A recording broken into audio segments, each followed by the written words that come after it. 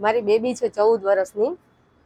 એ ટ્યુશનમાં ગઈ હતી, પણ ટ્યુશનમાંથી ઘરે પાછી પરત નથી ફરેલી.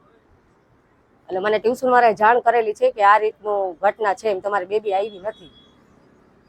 એટલે અત્યારે હું એની તપાસમાં છું. મેં અત્યારે પ્રદ્યુમન પોલીસમાં અત્યારે ફરિયાદ પણ કરેલી છે એની.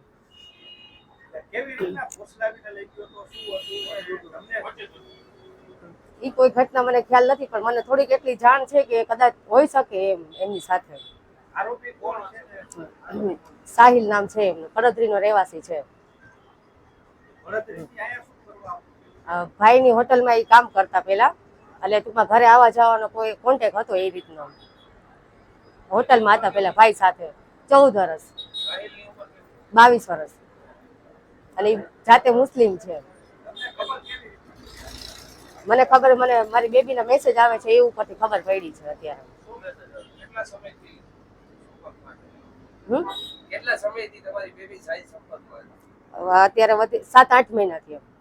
બેબીએ શું મેસેજ કર્યો? હું સાથે છું ઈ કે હું ખુશ છું ઈ કે એમ, બસ.